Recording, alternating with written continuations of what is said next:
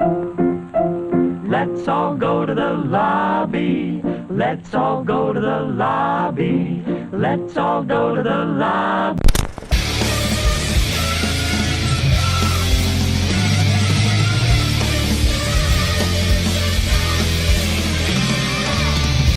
To get ourselves a treat.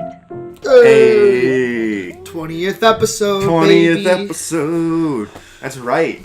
Crazy. 20 weeks we've been doing this. I feel like we've been doing it so consistently, it felt longer to me. I don't know. Yeah?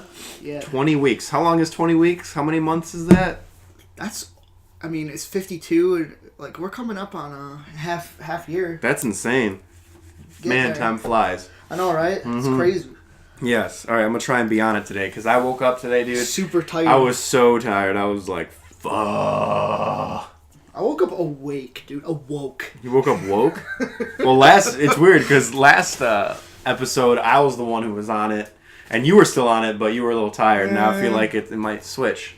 So I'm taking over today. Dude, Taking over. hijacked. You're hijacking? I actually don't have the notes, so I can't do that. Oh, okay. Actually, you do. I sent it to you. You know what? I do, but I have the computer right in front of me. you have the high ground. That's right. I have the high ground, T-Kettle. You are my brother. I hate you. I hate you. Oh, good stuff. Okay, so remember, let's get into the news here. Remember last week when we were talking about the Golden Globes? Or was that 2 weeks ago? Something like that? I feel like it was 2 weeks ago. 2 weeks ago. And we said, the Oscars aren't going to fall. They're not going to fall into the same trap. They're not going to fall into the same trap as the Golden Globes. The Oscars are more serious. They completely did. Wow. It's almost the same list. It is. That's the strange thing about it, dude. Okay, you cannot tell me that the Oscars are not politically motivated. But before we get to that, I actually have a list here of snubs, if that's cool with you. Go for it. I just wanted to go through here. Okay, this is kind of annoying to me. Okay, Searching, not nominated for Best Editing. I'm sorry, that's a travesty. I personally also think, you might disagree, I think it should be nominated for Best Picture. Maybe not win, but it should be nominated. Leave No Trace, didn't get nominated for anything. Spider-Verse should have been nominated for Best Picture. I mean, the Academy keeps trying to separate animated from, quote-unquote normal films. Yeah. That's ridiculous. Every once in a while, they'll have like an Up or a Toy Story 3. That's how I feel about foreign films, dude. Yeah, well, exactly. Same thing with Amore, which they nominated Roma this year, so that's good. This was like... Well-deserved. They rarely do that. They nominate a foreign film for Best Picture, but they rarely nominate an animated film for Best Picture, and I think Spider-Verse should have been nominated for Best Picture. That would have been nice. That would have been nice. Aquaman should have been nominated for Best Visual Effects. That's crazy. This one, blew my mind. Won't You Be My Neighbor, not nominated for Best Documentary. That's insane. You know what? Honestly, I didn't even think about that. That is crazy. Are you serious? How? How is that not nominated for Best Documentary? Oh, yeah, I really don't know. Because the Oscars are a joke. Okay. I don't think I've seen any of the ones that are on here. They didn't nominate Three Identical Strangers either. Yeah, I heard of Free Solo. That's going to be the one, I think, because people... Free Solo is really intense. I heard it's amazing. Bad Times at the El Royale not being nominated for production design, I think is crazy. That whole movie was production design, dude. Yeah. Like, that whole movie was that set. Fair. Okay, so Infinity War only being nominated for visual effects. I think it should have been nominated for something, at least like other technical awards, like sound mixing or something. I mean, I understand why it's not nominated for Best Picture because it's such an episodic film. It's kind of hard to have a film, like, it's almost like nominating like an episode of something rather than a standalone something. Yeah. So I get why that one is not nominated for Best Picture, but I think it deserves it more than Black Panther, personally, which we'll get into later. I think Robert Redford should have been nominated for Best Actor. That's crazy. Beale Street Could Talk, not being nominated for Best Picture. Tons of stuff. Snubbed. What is going on? Oh, I got more, dude. They Shall Not Grow Old, not being nominated for Best Documentary. What the fuck is that about? You Were Never Really Here, not nominated for anything. Wait. Back up to They Shall Not Grow Old. Because didn't we talk about how it had to have like a 2-week run or whatever? Oh, so you're technically right. it wouldn't have been able You're to... right. You're right. Still. Now, this is going to be crazy, but I'm telling you, you're going to think I'm crazy. I think Game Night should be nominated for cinematography. That was, like, really dope cinematography. I mean, it was. I don't know. I can't say I agree. But it's so good, though. It's so good. Yeah. It's so good. And then here's another one. Eighth Grade not being nominated for anything. I think Bo Burnham, for his first movie, to hit it out of the park that well, I think he should have been nominated for director. Sure. There's not a lot of variety here. I feel like there's a lot of things that just come, that's like the same thing over and over again. And there's definitely some room this year to like nominate all that stuff. Is that all you have? I'm sorry. Yeah, that's all the snubs, yeah. Yeah, there's way too many things, like you said, like Bad Times for like production design. Like that'd been cool to like mix it up a little bit. Yeah. Add some flavor. I mean, but that whole movie was literally about that setting. It was about the production design. Or costumes, too. I think it should have been nominated for costumes, which I don't think it was. So, I don't know, man. Okay, let's just go through Best Picture nominees right now, if that's cool. Are we going to give our predictions? Oh, yeah. Well, I mean, should we give our predictions now, or should we wait till the actual Oscar episode? I don't know. I mean, I have them ready, but we can wait if you want. Okay, let's wait, because I haven't fully gotten into it yet. That's fine. So we're just jumping into the Best Picture here. The Best Picture nominees are Black Panther, Black Klansman, Bohemian Rhapsody, The Favorite, Green Book, Roma, A Star is Born, and Vice. So again, Vice and Bohemian Rhapsody both of them got mediocre reviews at best. Mm-hmm. You know what this reminds me of? This reminds me of when Extremely Loud and Incredibly Close was nominated for Best Picture, and that film was like known for like not being good.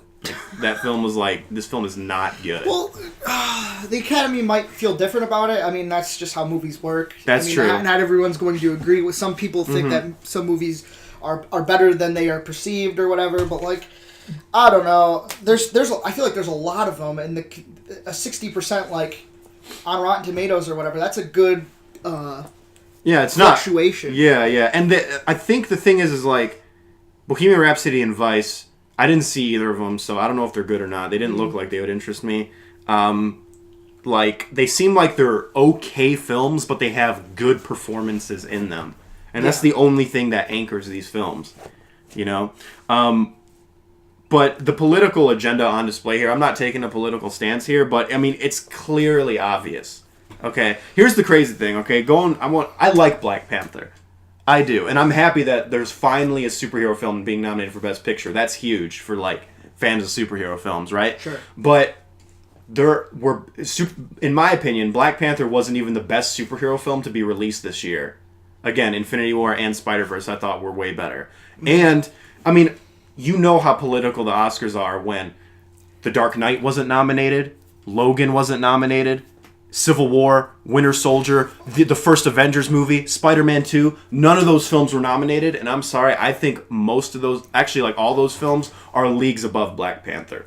Yeah, I mean, it's always had some sort of like political thing going on, but I feel like they've drifted kind of further away from like social or like cultural impact stuff and more towards, you know, political or whatever. So it's kind of upsetting for a lot of these choices, and I kind of really hope that something like Roma will win because it's like more of a social film. Same. And wouldn't that be the first foreign film to ever win Best Picture too? You know what? I'd have to fact check that, but I believe so. And you know, that would be huge for Netflix. If Roma won Best Picture, that would be huge. That would be crazy. That'd be the first thing that you see when you fucking log on or whatever. Oh yeah. Best Picture winner. Best Picture winner. I think it will be.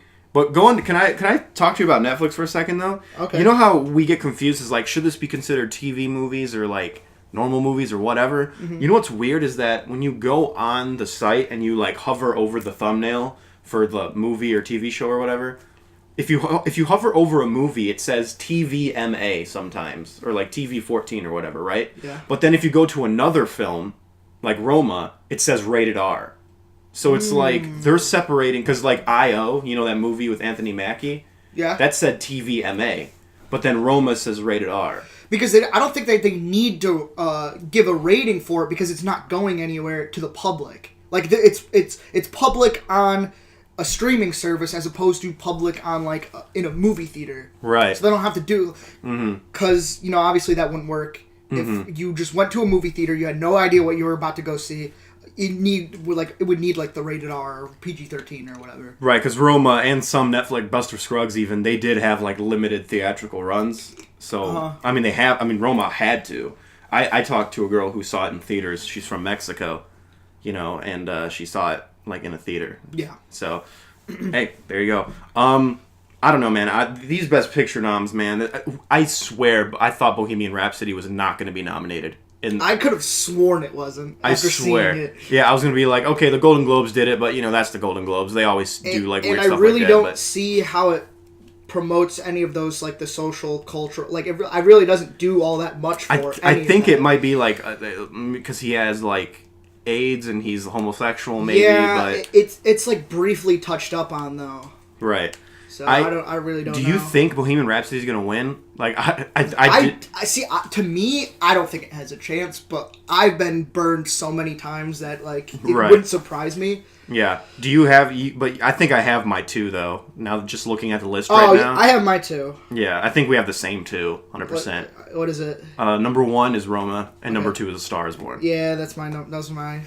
Yeah. Black Panther doesn't have a chance. I'm sorry. They nominated a superhero film, but there's no way they're going to give it to a superhero film. That would be the most shocking of any of them. That would. Black Klansman? Probably not. No. Bohemian Rhapsody, again, maybe not, but I'm a little on the fence. That might be my number 3, just because like the Golden Globe shattered my world when it won. And then The Favorite, I don't know. I don't really see it. Yeah, me neither. Same thing with Green Book and Vice. No way. Yeah. Yeah, dude. So, all right, let's go to. So, what's your overall thoughts about this? Like, it's a joke, right? Like, this is. It's a joke. Yeah, come on. They're allowed to nominate 10 films. Why do they only nominate 8? Like, come on. That's true. They definitely have room for like If Beale Street Could Talk and stuff like that. Yeah, and that's crazy. It wasn't. Yeah, there's a ton of movies that like. I actually read this on Twitter. Boots Riley posted something about like why Sorry to Bother You wasn't nominated for like best original screenplay or something like that, and it's like because he didn't do For Your Consideration. But that makes it seem like it's a popularity contest. Like you have to vote on it. The Academy's job should be to watch everything that they can watch and then decide which one's the best. You have to keep it in your mind. Right. I think you can't just forget about it because it came out to the beginning of the year. You go back and you look at what you saw. Yeah, it's weird that people have to campaign for the movie. Yeah, that's bullshit. Yeah, that's just stupid. So I think they need to fix their system there or something. They really do. That is crazy. I remember you texted me up and you were like, so do the Oscars know that April Fool's Day is on April 1st? Because this is ridiculous. And I'm like, yeah. No, it's just, it kind of, that would have been a really good nomination, too, for Best Original Screenplay. I think that would have been a really good contender with First Reformed. Right. And, again, if we're going to go, and this is, I was watching Screen Junkies, and they said this, like, they liked Black Klansman. I can't remember if they're talking about Black Panther or Black Klansman. I think it was Black Klansman. And they said something like Black Klansman is great for, like, the African-American community and, like, the message they're trying to give and stuff, but The Hate U Give and Blind Spotting were, like, 10 times better. And I didn't see The Hate U Give or Blind Spotting, but that's what they said. I think I like Black Klansman more than Blind Spotting, because Blind Spotting was just a little bit too amateur for me. I thought it was, at least. Mm-hmm. I don't know. No, I got you. But, again, this is... I mean, it's weird. We always say the Oscars don't mean shit, but in a way they kind of do. I mean, they're a staple of the film world. So, I mean, they're like... Yeah. I mean, I can't lie and say if I didn't win an Oscar, I wouldn't be stoked. I wouldn't be stoked, you know? But it's like, this is what dictates what people are watching, though. And I see this all over, like, social media and stuff. Mm-hmm. They even brought back a ton of the movies that were nominated. Like, First Man is now back in AMC 30. First Man also got snubbed, though, for Best Picture. That is another, it's a big snub.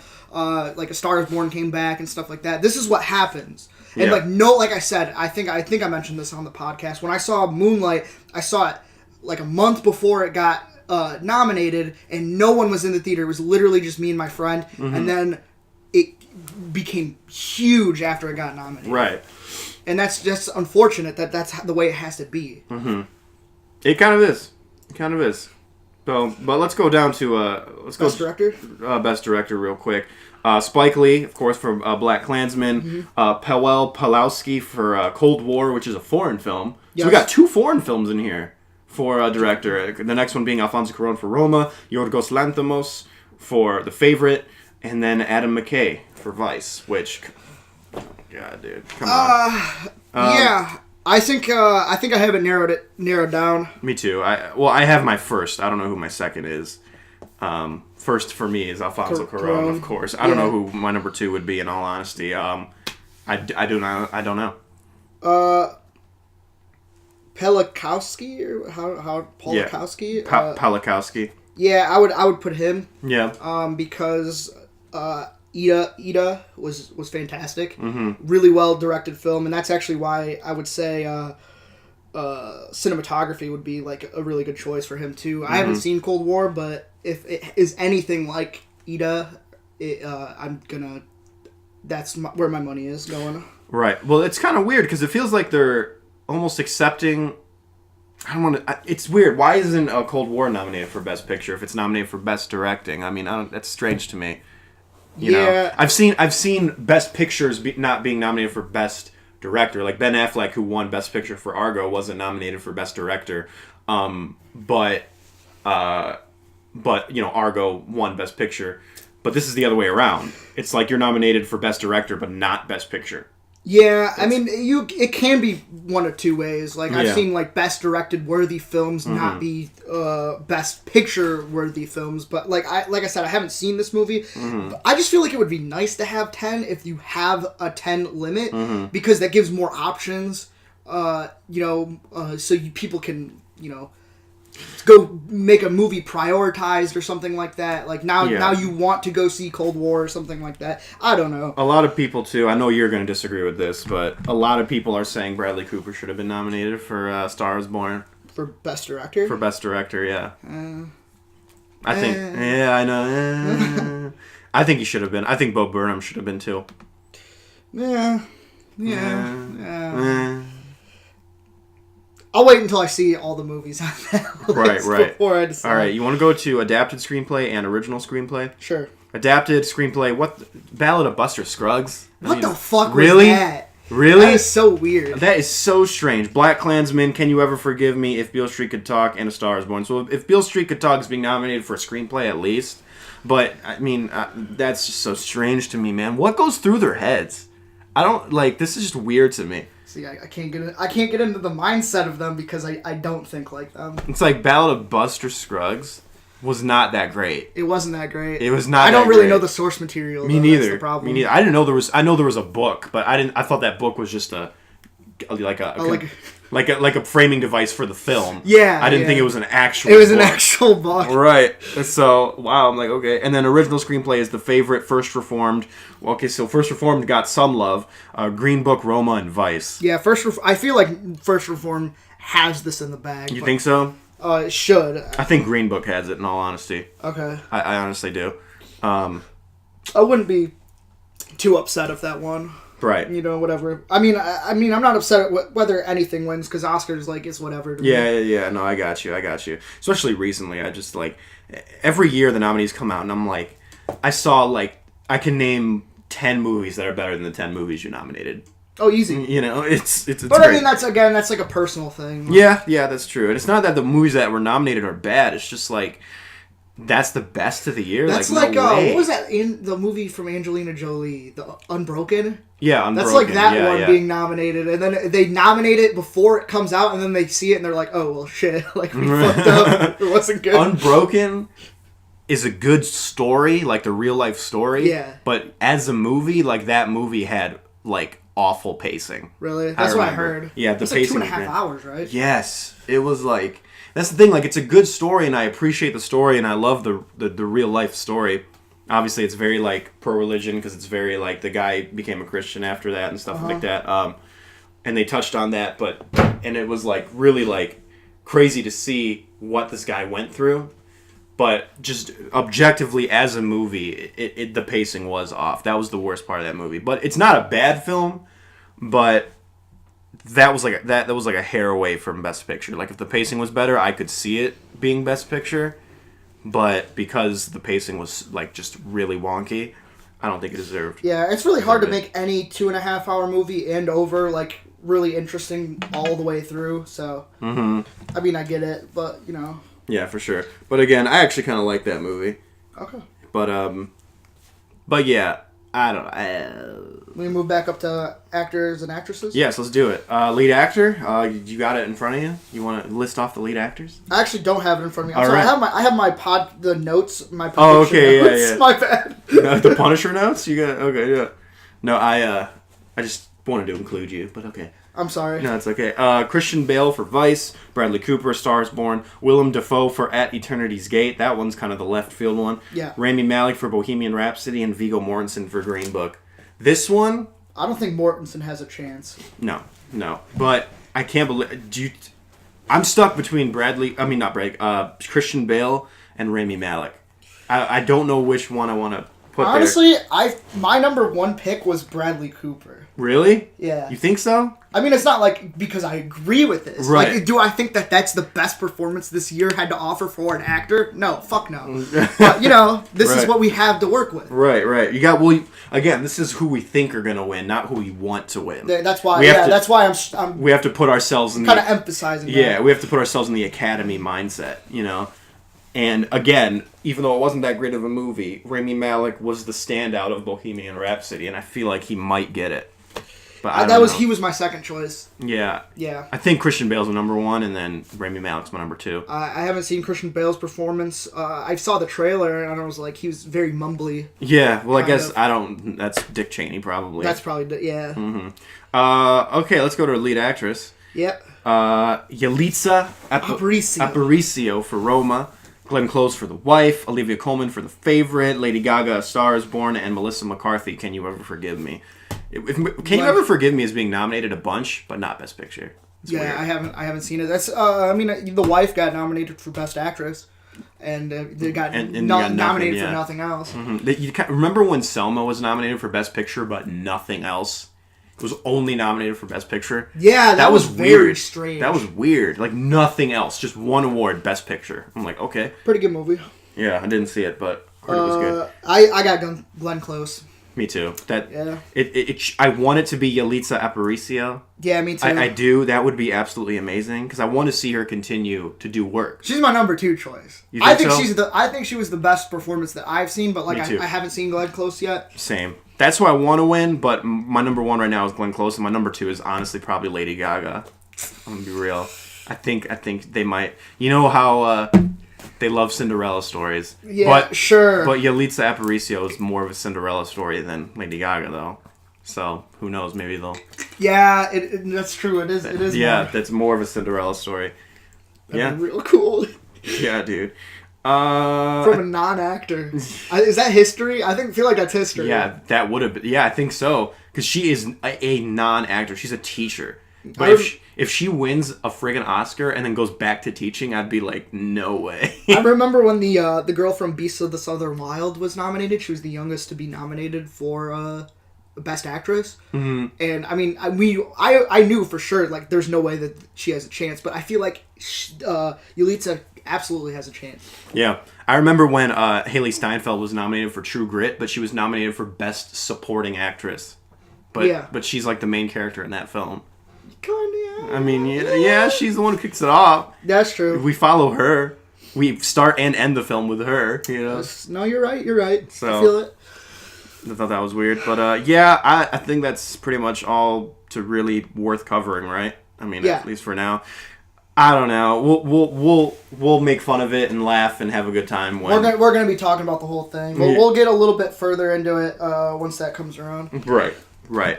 All right. So another piece of news-ish thing here is the Sundance Film Festival is happening. Yep. The Sundance is happening, and there's been a lot of talk, especially about two films. Two films. The Lodge and Honey Boy. So The Lodge apparently is like the new supernatural horror thriller from the filmmakers of Goodnight Mommy. Oh, okay. Have you seen Goodnight Mommy? Yeah. I didn't see it. Yeah. How was it?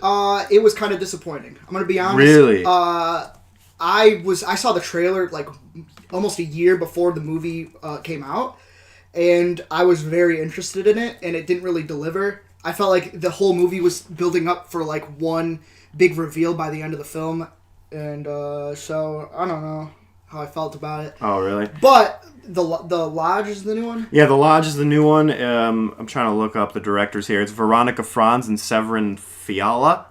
A lot of people are like talking about it. They're giving it like Hereditary vibes, they say. Ooh. But I don't know. I don't know. There's not a lot about it. I'm trying to look up a freaking synopsis, but instead I'm just getting full reviews. And it's like, if you guys could not just give me full reviews, that would be fantastic right now. But some people, it seems like this is kind of polarizing, this film. A lot of people, like Bloody Disgusting, gave it 4.5 out of 5 skulls. That's what they do. And then, but IndieWire gave it a C+. So it seems like this might be a little more divisive than something like Hereditary, which was pretty much praised by everyone except us, because I guess we were the only ones who freaking... We were the odd man out. Yeah, so I don't really... See, you gave me shit, though, about A Star Is Born or whatever, asking why do you think that why people like it or whatever, but, like, we're both in the same boat with Hereditary. That's right.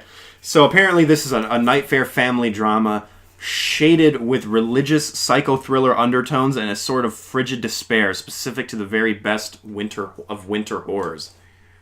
That's good enough for me. I don't want to know any more than that. Yeah, and then they go in the whole plot, but I don't want to read like any of the plot Something here. about the name of it reminds me of a Hitchcock film. That's what they said, too. I'm not even joking. They said there's elements of Hitchcock in here. Oh, okay, cool. Yeah, that was like the next line. Isn't there a larger Alfred Hitchcock film?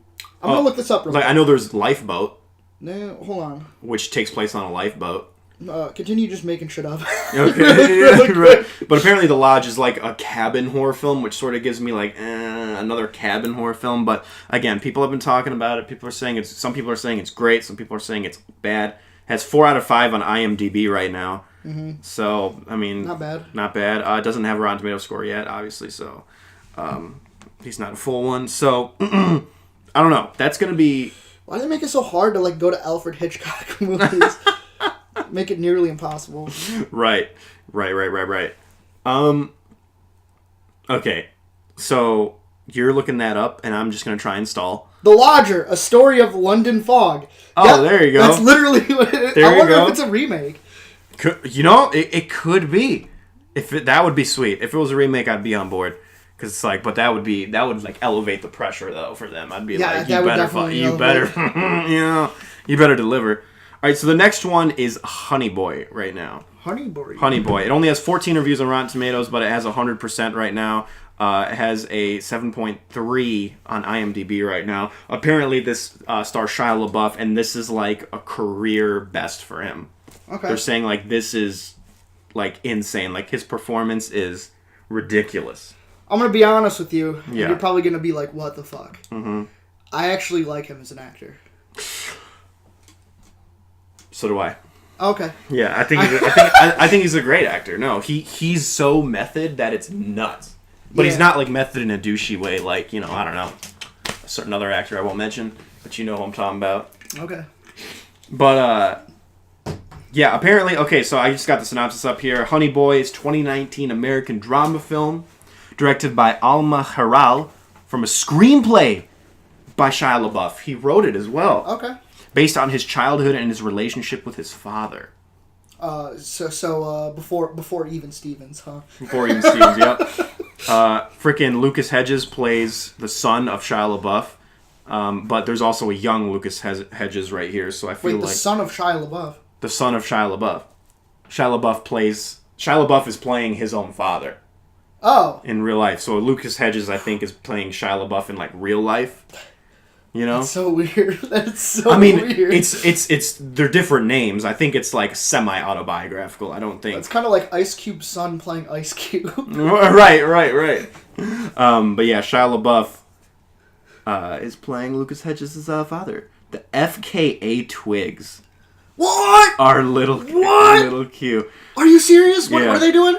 They're actors. They're acting. Are you serious? Yeah. That's sick, dude. Is this a person? That's a music artist. Oh, okay. So FKA Twigs isn't like people; it's just a person. Yeah. Okay. Yeah. That's sick. There you go. So Faka Twigs is playing a person. Faka Twigs is a little Q. I don't know what that means. Micah Monroe is in it, so that's cool. Okay. Yeah, they got some good cast here. Yeah, but apparently, like his performance is like powerhouse. It's like that's what people are talking about. It's exciting. Yeah, dude. Super exciting. I remember when I saw Fury, like, he was the best part of that film. He was, actually. Yeah, like, he usually stands out. Even, he does, like, a lot of, like, weird art house films, too. Or, like, just really weird... Nymphomaniac. Yeah, oh, God. But, no, but he's usually a standout, even in those films, you know? Yeah. I remember, what was that movie he was in, Man Down? It made, like, it was known as one of the biggest box office failures ever. I think it made, like, $25. Because only 2 people saw it. 2 people? Or, like, 1 person saw it in the UK. 1 person. And I'm like, wow. I wonder who that... I bet you that 1 person was Shia LaBeouf. This must have been, like, some weird, like, performance art thing he was doing. Huh. I actually never heard of that. That's funny, though. Yes. I hope that doesn't turn out like that again. Right. Okay. So we got a little tribute here. Legend composer Michel Legrand has passed away. He is the winner of multiple Academy Awards, including he won Academy Award for The Windmills of Your Mind from the Thomas Crown Affair. Mm-hmm. And also he has, written scores for films like The Umbrellas, Sugarland, and The Young Girls of Rockefort. I'm just looking this up right here. Rest in peace. Rest in peace. Great composer. Composers don't get enough love, and it's kind of sad, in all honesty. Yes, and did you know that he also did the score for The Other Side of the Wind? Really? Yeah, the score for The Other Side of the Wind. That's interesting. Mm-hmm. Wow. Yeah, he also did F for Fake, The Go-Between, Somewhere of 42, The Thomas Crown Affair, like we just said, The Lady in the Car with Glasses and a Gun. That's a mouthful. Yeah. That's great. Cleo from 5 to 7. So, yeah, this man has had quite a resume, let me tell you. So, definitely some, like, culty stuff in there, some good stuff. Yep. So, rest in peace. Rest in peace. You'll be forever missed. All right, let's talk about Trailer Trash, which that name is fitting with our first film, baby. This is trash. Oh, okay. The Beach Bum, Trailer 2. Oh my God. Get the cuck out of here, bro. Get out of here. Let me guess, you like it. I like it. Oh, you son of a bitch. Actually, what's funny is, Jake, yeah, my roommate, he does not like Spring Breakers either. He actually was watching all the trailers with me. He said, this looks way better than Spring Breakers. I think it looks just as bad, if not worse. I'm gonna be real. This looks horrendous to me, dude. I'm very interested in this movie. It looks horrendous. This movie looks so aimless and, like, plotless. It's ridiculous. And it just looks so stupid. Harmony Korine, he's not some, like, deep person that these people think he is. You know what? I'll be the judge of that. Oh, will you now? Yeah, no, dude. This film looks horrendous to me, dude. Oh, okay. Well. It looks awful. 1 star. 1 star. Out of 5 for this trailer, dude. I don't even know why you thought to bring it up on the podcast. Because it's awful and it was released. It's really just being a dead horse for you. Yeah, and it also has a ton of huge actors in it, like Matthew McConaughey. And Matthew McConaughey, like, he went from, like, the C-list to the A-list. And then I feel like he's sort of been falling off again. He's been choosing some bad movies lately, man. Oh, really? Has he now? Yeah, I mean, name a great movie he's been in a while. I mean, he was in Serenity that just came out. I heard that was actually, awful. No, you're right. I was just saying that just because Free State of Jones. Free State of Jones. No, I'm not disputing it. I was just joking. Yeah. No, the Beach Bum looks like a typical Harmony Korine suckfest for me. That has no, like, it's just artsy and pretentious, and it's all about, like, the meaning of life from, like, the stoner, but it's like, this is what life's about. This is what life is. Meaning of life. I saw, like, it looked like everyone was having fun. Like, Jonah Hill's performance just seems really out there. You know who else was having fun while making the movie? Harmony Korine. Adam Sandler had a lot of fun making Grown Ups, and that movie was garbage. Okay. So I'd rather watch Grown Ups than this, probably. And that's saying something. I'll see the movie, and you know what? I'm gonna make it a goal to watch Spring Breakers soon, so we can talk about it. Yes. If you like that film, you can consider our friendship over. I'll just be off the podcast. Yeah, you'll be. You can find a new co-host. Yeah, be like, the other guy liked Spring Breakers, so we had to axe him. Literally. Oh, dude, if you wanted to get into a debate, and, like, don't try to get into a debate just because you want to see it. Like, I will fucking debate you for days over that, dude. I have so much, like, if you want, like, I told you, I made 3 45-minute videos talking about how Spring Breakers is a garbage film. I'll just re-upload those and fucking... I'll just reiterate. Yeah. Yeah, dude. Yeah. I had a 3-part review. Each one was 45 minutes long. Well, this is one of those scenarios where I want to see what people see in it or whatever. Like, there's obviously some people that are really diehard fans of him. I really want to see what they see in him. His fame to me, or like his cult following, is weird. He's like Event Horizon to me. I do not get it. I do not get it. The man has not made like a great film, in my personal opinion. Yeah. And all of his films have not had good reviews. Like, they've been very middle of the road. Very middle of the road. Most of them actually kind of negative. So I don't understand where... We'll see. Yeah, I don't know. Maybe it's because it's like if you're angsty or you're like an edgelord, maybe you'll be like, oh, this is... Well, you know me. You know me, man. Yeah, you know me. Oh, God. You know me, I'm an edgelord. Yay! Not something to be proud about, T-Kettle. I'm proud about whatever I am. Yeah? What's our next trailer? And that's a beach bum trailer lover. That's what you are. The Hummingbird Project.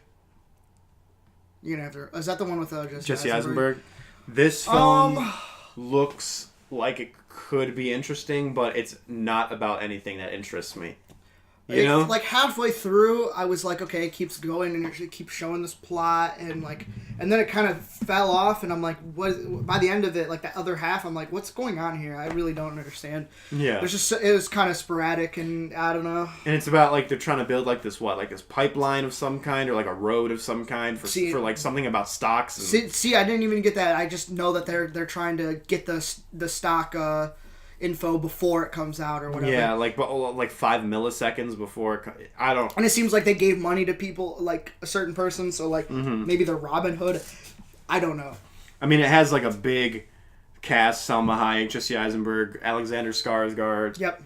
So there's a big cast there, but this kind of just left me not really... It left me very middle of the road. Yeah. I was like, it just doesn't seem like it interests me personally. You know, could be good. Could be good.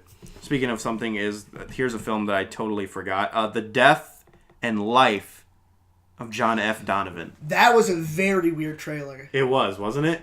I felt like the situations that happen in it are just so, like, who cares? They're so lame. Right.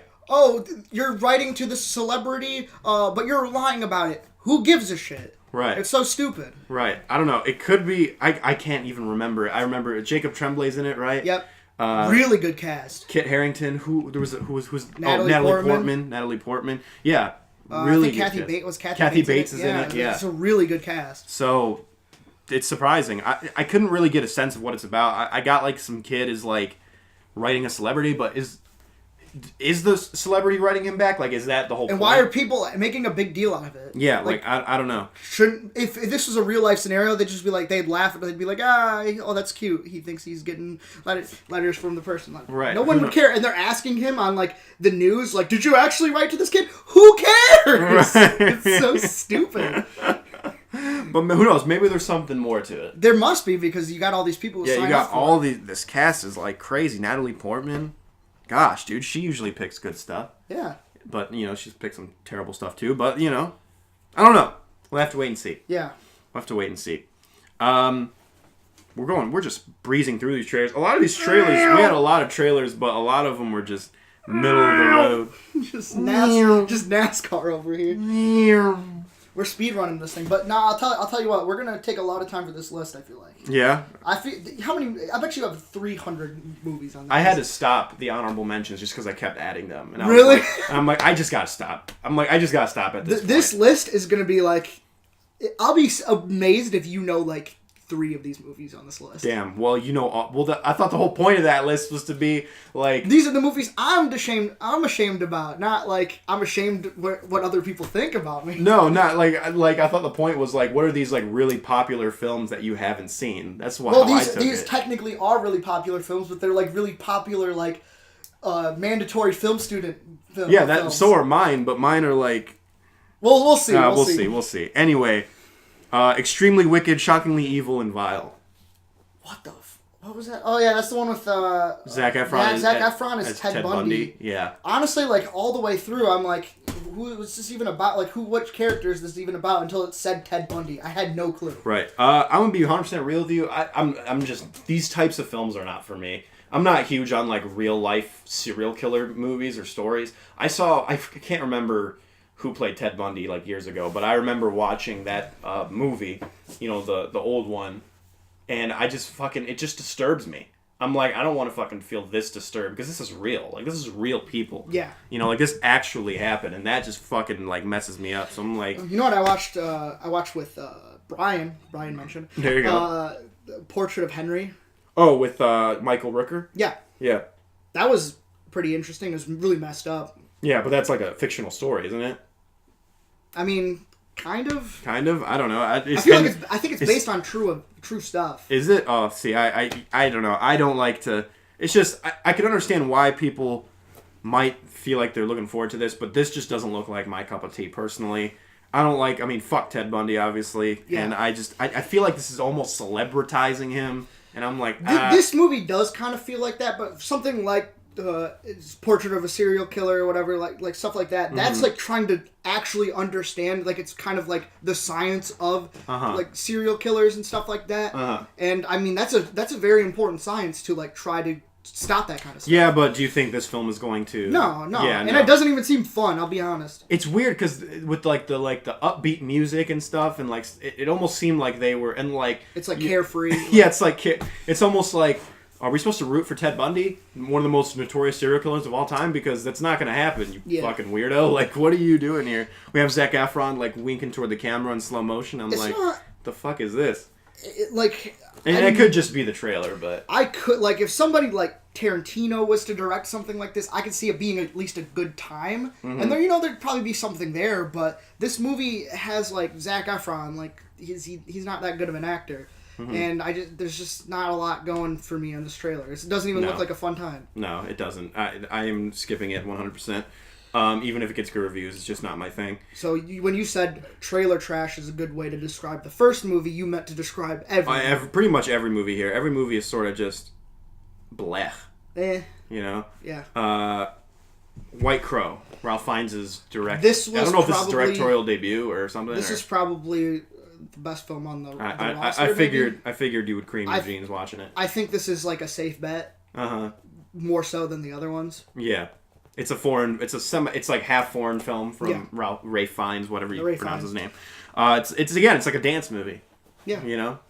So, there you go. It's like Suspiria without the horror. No, it looks good. Pretty good. I mean, there's not really much to talk about, but I will say that this trailer reminded me of another movie, a director that you were trashing on, or not trashing on, but you had mentioned in the past. And it can't be. I don't think I've trashed on Darren Aronofsky. Gas for No. Oh, this reminded me. Shut the fuck up, dude. That's loud as fuck. That hurts my ears. Gas for No. Nails on a chalkboard. Gas for No. All right. My roommate's leaving. Sorry.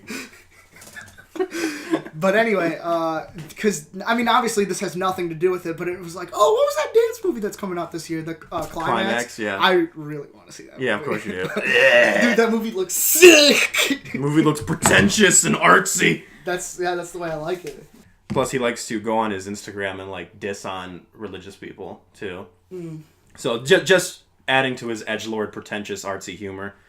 The dude thinks he's fucking Van Gogh. Like, calm down there, Confucius. More like confused-ish. I want to see it. But anyway, no, White Crow, yeah, that's kind of a whatever trailer. Like, it didn't sell me or anything. Yeah. But I think, like I said, it's a more safe, it's a safer bet than the stuff that we did get. My throat hurts from doing that. Yeah, don't do that. You don't tell me what to do. I'm looking out for you, dude. Yeah, it's true. Yeah, alright, so list time, baby. List time. So... I feel like we've only been talking for like a half an hour. I know. Enlighten the people on what this list is about. Top 5 films we're ashamed we haven't seen. So it's obviously like movies that we're personally ashamed that we haven't seen, not so much so is like, oh my god, you haven't seen that movie? You should be ashamed of yourself. Right, there's no judgment on this list. There's no No. judgment. That's always weird to me when people are like, you haven't seen it? Wow, dude. It's like... Dude, I can ask you 1,000 movies that you haven't seen. Right. Shut up. Yeah, and it's like... That you need to see. And it's like, dude, like, you know how many movies... There are? There are. And how many movies are, like, are still being released. So not only do you have to always see current releases, but you have to go back and see all these other films. Do you know like, how much time there is in a day, bro? Not enough. It's like, excuse me that I haven't seen some of these films. I really fucked up my throat. Yeah. I'm sorry, Gasper, no. No, I'm not. So, More like for Gasper, no. For this list for me, I picked a few that like I want to see personally. Yeah. But for a lot of it, I kept to They Shoot Pictures because that's my list, my go-to list. Do you need something? I might need some honey? water. I might need some water and or honey. Just stop this. Okay. Oh yeah, I got the water now. So a lot of my list is working off of just delay the. Well, we need to fill the. Yeah, we do. I feel like we've only been talking. Quota. We've been talking for 45 minutes. Really? Yeah. Wow. We'll boost it up a little bit. So there's a lot of stuff on here. Not really much to talk about when it comes to this kind of stuff. Yeah. It's mostly just mentioning it because I haven't seen it. Yeah. But I haven't seen it, so I have nothing to talk about what I want to see about it. Maybe I'll expand on my honorable mentions instead of just listing them off, considering we need to fill time. I mean, I don't know. Yeah, we'll see. Do you want to count how many you have? Yeah, sure. I can count. How many do you have? 18. 19. Okay, so it almost works out. Yeah. Why don't you start it off? All right, it is. Oh, dude, Aquaman? You haven't seen that? It is Raging Bull. You haven't seen Raging Bull? I haven't seen Raging Bull. Yeah, dude. Yeah, with Martin Scorsese's boxing film. That you know that you can come to me anytime and borrow my movies. I do know that. Yes. Good. Yes. I'm here for you. Yeah, dude. I haven't seen Raging Bull. I know that Robert De Niro and Joe Pesci give an amazing performance. You know, Robert De Niro plays Jake LaMotta, a boxer, and it's kind of like him kind of losing his mind, basically. Oh yeah. And I don't know how you'll feel about that movie though. Oh really? In all honesty, yeah. If you're like me, like he's definitely unlikable, and I think Joe Pesci's character is unlikable, but I still love the movie. Well, it's kind of like a staple for all Scorsese films, almost. I mean, Scorsese is super unlikable in Goodfellas, but he has so much charisma that you like it's like you don't like the guy, but you enjoy watching him. The train crash that you can't take your eyes off of type thing. Yeah, so I haven't seen Raging Bull. I love Scorsese. I know this kind of like pioneered a lot of his like filmmaking techniques, and like a lot of his style came from this film. I just haven't seen it. I just haven't seen it. It showed that he was like very much a film student, and he understood other film techniques and stuff like that he was able to apply to his movie. For sure. My first honorable mention is Yugetsu Monogatari. It's a Japanese romantic fantasy drama about militarism, and it's a ghost story. It's a very interesting film. I really want to see it. Okay, cool. That's on the They Shoot Pictures. I'm using strictly the top 50 that I haven't seen. Okay. So everything from the top 50. Yeah, I did like a lot of the AFI plus just memory, like ones on the memory and stuff like that. My next one is City Lights. Charlie Chaplin's melodrama. It's great. I mean, I've seen The Tramp. I think I haven't seen Modern Times. Modern Times is the one where he goes through the gears, right? Modern Times is on my honorable mentions. Oh, really? I have not seen that one, but I have seen City Lights, and it's fantastic. Okay, yeah, I still need to see City Lights. I haven't seen that one. Any chance to get me some Chaplin, I feel that. That's a good point. I definitely feel that. It's a good place to be in this. So, I just named Modern Times. You can keep going since you have 19. You have more than me. Okay, yeah. One more. Maltese Falcon. Okay. I have not seen the Maltese Falcon. I know that a lot of people, it's like, oh, you haven't seen it, but I mean, come on, just give me a break. Give me a break. I actually haven't seen that one either. Yeah, there you go. Humphrey Bogart, it's like one of the best films ever made. I understand that. This film like almost invented like the MacGuffin, and I don't know. I've never gotten around to it. It's just the thing. It's like it's not like it's almost like when you talk to people and they're like, you haven't seen it? It's almost like they think you've been avoiding it. It's like, no, we have. Yeah. There's other things on my plate. Exactly. So I haven't seen. Sometimes it just has to do with how you can't get it. You can't get a hold of it. Yeah. Streaming services really help decide what I'm gonna watch. True. Yeah, I really want to see Maltese Falcon, and it kind of sucks that I haven't. And this is John Huston's first film. Didn't know that. I just looked that up. Mm-hmm. My next one is Playtime. It's a French comedy with the set design is unheard of in this thing, dude. It's crazy. Really? I think the guy's name is Jacques Tati, or is that how you pronounce it? It's supposed to be really good. I just haven't gotten around to it. All right. You monster. How could you? I know. How could you? My next film is another John Huston film, Treasure of the Sierra Madre, which is actually like a Western film almost. Yep. So another Humphrey Bogart. Yep. And just haven't gotten around to seeing it. What can I say? Just came out with a 75-year anniversary release. Really? Yeah, they just played it in theaters. I think it was almost a year ago by now. Damn. Yeah. All right. Cool. Yeah. What's your next one? In the Mood for Love. It's okay. a Hong Kong romantic drama with the best color palette out there. Yep. And currently, it's They Shoot Pictures has it at #1 movie of the 21st century. Yeah. No, Cinefix loves creams their jeans over that film all the time, and I really need to see that. That's the second time I've said creams your jeans in this podcast, and that's gonna stop right now. So, yeah, they love that film. Spoiler alert: it's not gonna stop. Yeah. I want to see that film too. My next film is Mr. DeVille. I'm ready for my close-up. Sunset Boulevard. I haven't seen it, and I want to see it. Love it. Yeah. I want to see it. Yeah, I mean, yeah. Good storytelling in that movie. Really good storytelling. The thing is, I can't expand on what these films because I haven't seen them, so I don't really know what that's they're what about. I'm saying. It's nice to have more in this one than it is to have less. Yeah, and I don't really. You're right. So I probably shouldn't expand on them. I should have just But I will say that movie is really cool because it does bring back, decades later, some of the silent film stars. Like Buster Keaton is in it. Oh, I didn't know that. Yeah, they're playing cards and he talks and it's weird. Oh, wow. Yeah, okay. Yeah. Interesting. Yeah, so you definitely got to see it. All right. What's your next one? La Grande Illusion, Jean Renoir's war film. Mm-hmm. I mean, I'm not really crazy about war films, but I'll definitely see it. I'll definitely see anything that I hear is good. Is pretty much what it comes down to because I'm a sheeple. Right. No, I got you.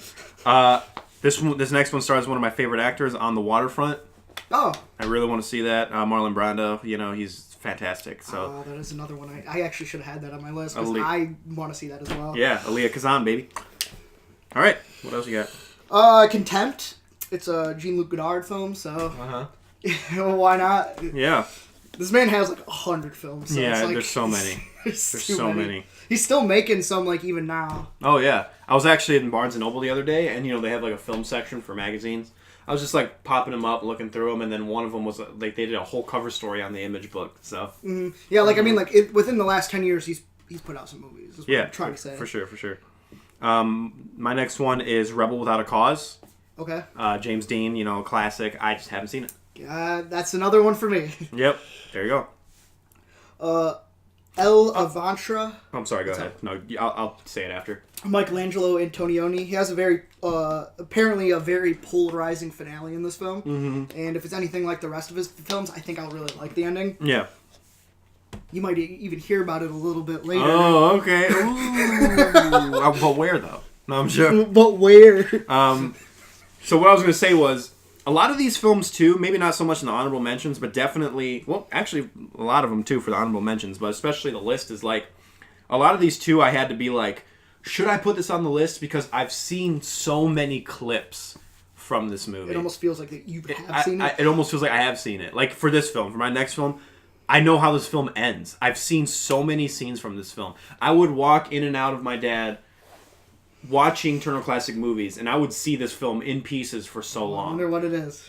But from beginning to end. Well, this isn't just for this film. This is for a lot of these films. Yeah, no. Like, from beginning to end, have I seen this film? And the answer is no. So I had to count it, and that's Bonnie and Clyde. Okay. You know, again, I've seen... I almost... That kind of discourages me from seeing it, too, just because it's kind of like one of those things where it's like, I think I've seen it, almost. It feels like you have. And that's a lot of these films, especially my top 5. I feel like I've seen them. You know, I feel like I have. But Bonnie and Clyde I have not seen all the way through, and you know. I mean, obviously, I've seen the ending to that film too, but I haven't seen the movie either. Right, exactly. And I feel like a poser because I have a Bonnie and Clyde movie poster in my room. Oh. So. I mean, who's gonna see it? Right. Yeah, there it is. Okay. My next film is Ordette. Cinematography in this film was revolutionary. It's a Carl Theodor Dreyer film. He directed it, and he was behind Passion of Joan of Arc. So, big film student thing right here. Passion of Joan of Arc is my next honorable mention. Okay. So there you go. Love that movie. Good segue. Love yeah, it. haven't seen it. I've been meaning to watch it too. Like for years, I've always been thinking about it. I've looked up clips on YouTube just to see it, and I just haven't seen it all the way through because it's like 3 hours. No, it's actually not. It's like an hour and a half. Oh, really? It's not that long, but I had it on Filmstruck, so I was able to watch it pretty recently.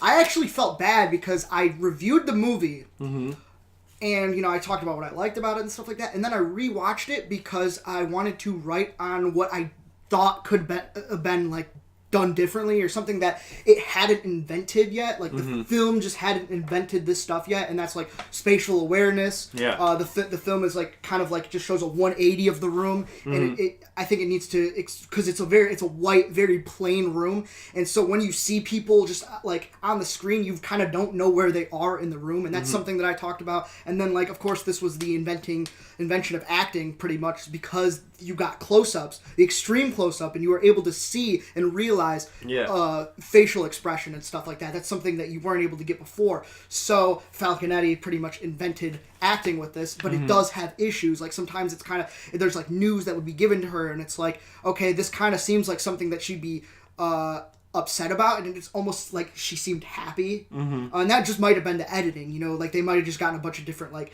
expressions, and then they're just like, okay, let's just throw it in there at this part or whatever. Right. That just might have been that, but I did feel bad about talking. I'm talking poorly about the film. I'm just saying that this is something that wasn't invented yet, so I don't fault the film for it. I gave the film a 10. It's a perfect movie. Yeah. Okay. No, I got you.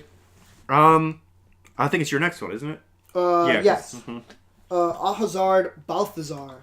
It's a tragedy like film shown in human and animal cruelty. It's supposed to be one of the best movies ever made.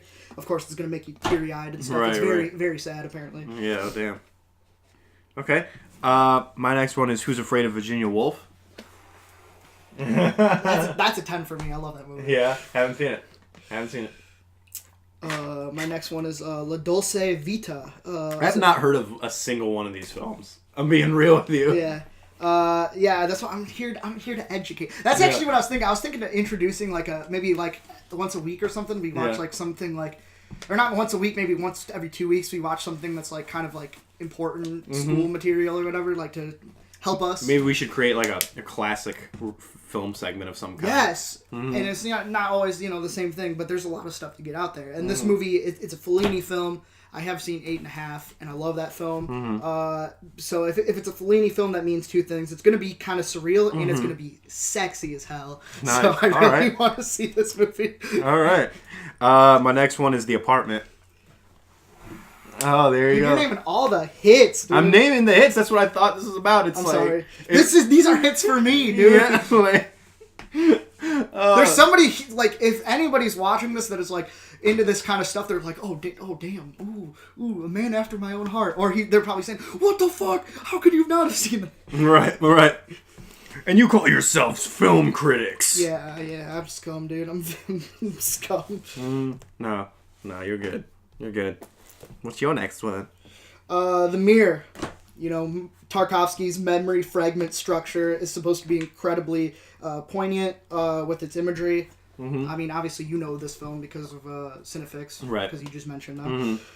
So yeah, haven't seen it. The only film that I've seen of his is Ivan's Childhood, which he's only made like 8 films, so it's kind of like Ivan's Childhood has great cinematography. Ooh, real good. So good.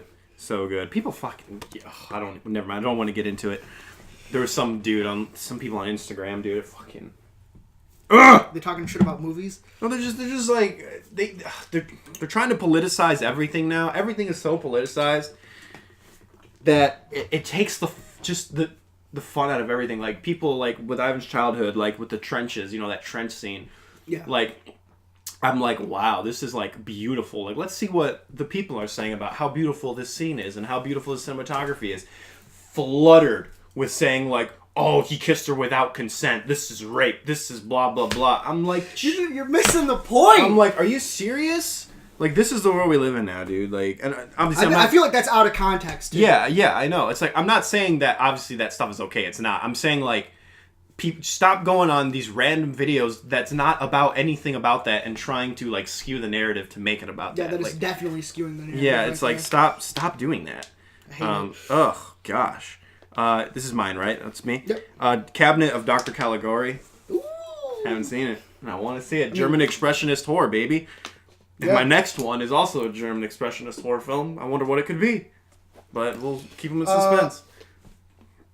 Andrei Rublev, Tarkovsky's famous biopic. So okay. Tarkovsky's.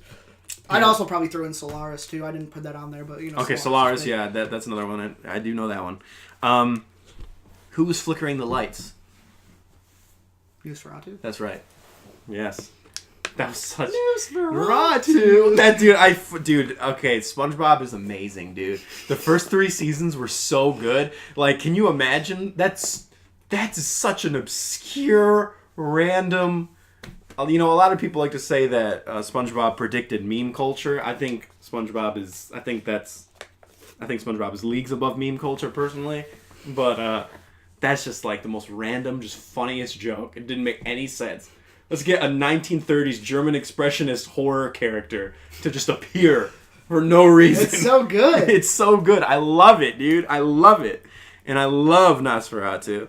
And so thanks to SpongeBob for introducing me to the character. What was everyone's first exposure to Nosferatu? That was mine. Yeah, it had to be, right? I was confused. I'm like, is this a recurring character or something? Who's Nosferatu? I've never seen him in SpongeBob. See, I used to think, because when it's revealed and he's like flickering the lights, yeah, they're like, Nosferatu. I always thought it was nose for a 2. I'm like, nose for a 2? I'm like, I'm confused. And then it's like, Nosferatu. Yeah. It's so fucking random. I love it. I love SpongeBob, dude. And I love Nosferatu. You're a treasure, let me tell you, Niko. Dude, SpongeBob is, to this day, the first 3 seasons are some of the best in television history. Yeah, I said it. Okay. Mm-hmm. There you go. What are the kids saying nowadays? Don't at me, bro. Don't at me. Don't at me. Drop the mic. That's right. My next one is The 400 Blows. A major French New Wave drama. Is supposed to have the best child performance ever filmed. Damn. That's a lot. Yep. That's a good recommendation. My next one is Metropolis. That's right. Fritz Lang, baby. Haven't seen it. Gotta see it. It's one of my favorite movies. Mm-hmm. Yeah. What can I say about Metropolis? It's...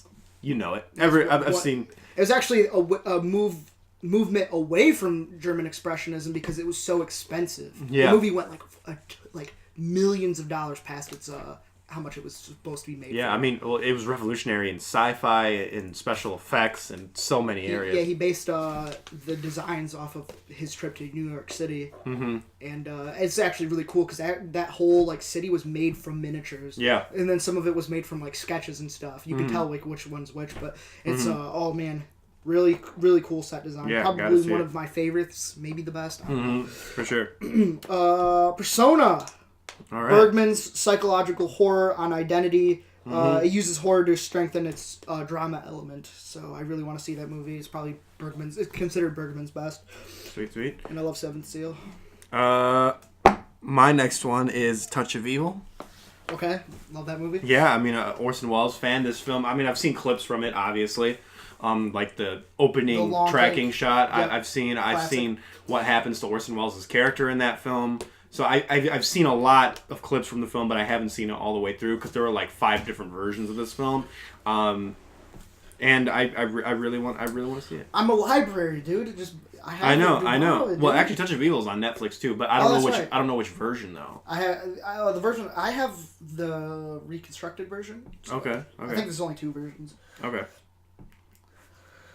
My next one is El Atlante, Jean Vigo's drama, defined French cinema. So There you go. really supposed to be really good. Mm-hmm. All right. So now, before I say my last one. Oh, you already have the last one? Yes. I still have 3 more. All right, go. How did that happen? How did this happen? I I thought don't know. I thought we were being really good. that was weird. All right. Name your 2.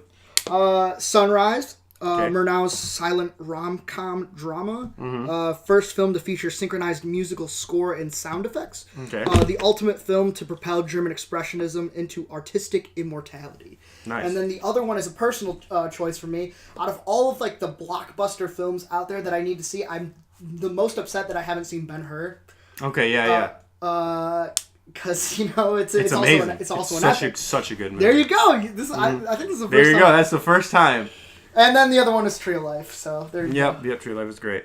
All right. Before I say my last one, huge disclaimer. Again, I have seen so many clips from this movie. I know all the singing segments. I've seen like the ending, the beginning. I've seen like so much of this. I've basically seen it. It is Singing in the Rain. I feel like I've seen it. Is the thing. So I for this one I was debating on it for like 10 minutes. I'm like, should it even be on the list? Because I know like almost all the beats in the movie. But I'm like, I'll just put it on the list because I haven't like sat down, watched it. I don't know. Yeah. It's one of those things. Like again, I can like when you'll be like, remember the scene where like they're trying to mic up the girl and they can hear her heartbeat? I'll be like, yeah, I do remember that scene because I've seen it. That scene's funny. Yeah. So funny. That was a great scene. It's like I've seen so many parts of that movie that I've almost seen it, but I haven't fully seen it, so it's weird. It's magical. Yeah, and that is like pretty much almost every single one of my top 5. That's like you've seen like most of it. I've seen so many clips and stuff from them. Yeah. Yeah. Because my top 5, dude, are like classics. Like they are like all-time classics. So. All right. Well, then let's get to it. I guess. Rock paper scissors. The usual. Rock paper scissors shoot. Rock paper scissors shoot. I got you again, baby. You're so good at it. You might as well just go every time. That's right. My number 5 is The Hills Are Alive. With the Sound of Music. Okay. You look like you didn't know what I was talking about. I haven't seen it. Yeah, I haven't seen it either, but I heard it's amazing. I heard it's fantastic. I don't even know. Is it a musical? Like fully?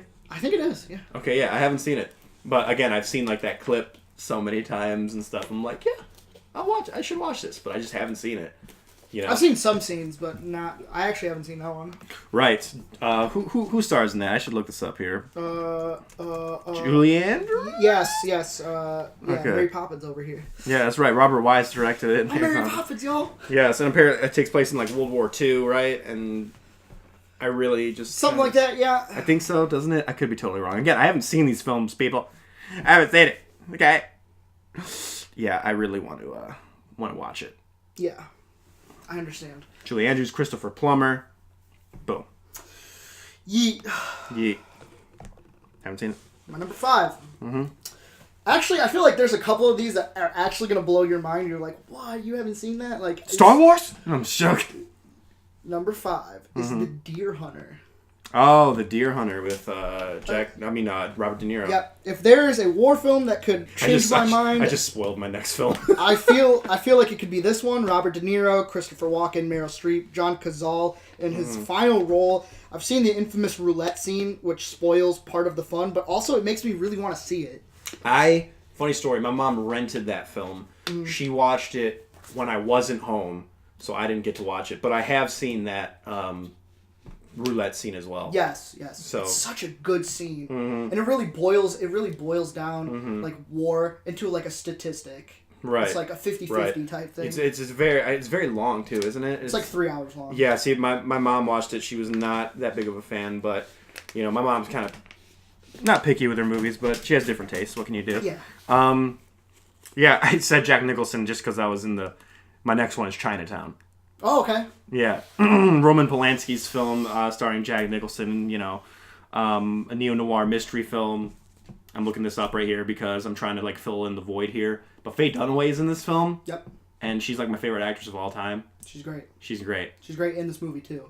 Yeah, I figured. I don't really know what this film's about, but I know it's like some sort of crime drama. And yeah. I've seen like a lot of clips. Like I've seen like the famous nose clip or whatever. And, Yep. And stuff like that. So I really want to see. Probably have seen the ending too. Yeah. No, I have seen the ending.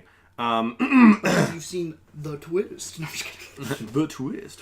I mean, like, it has one of the most famous closing lines, like, of all time. Oh, yeah. So.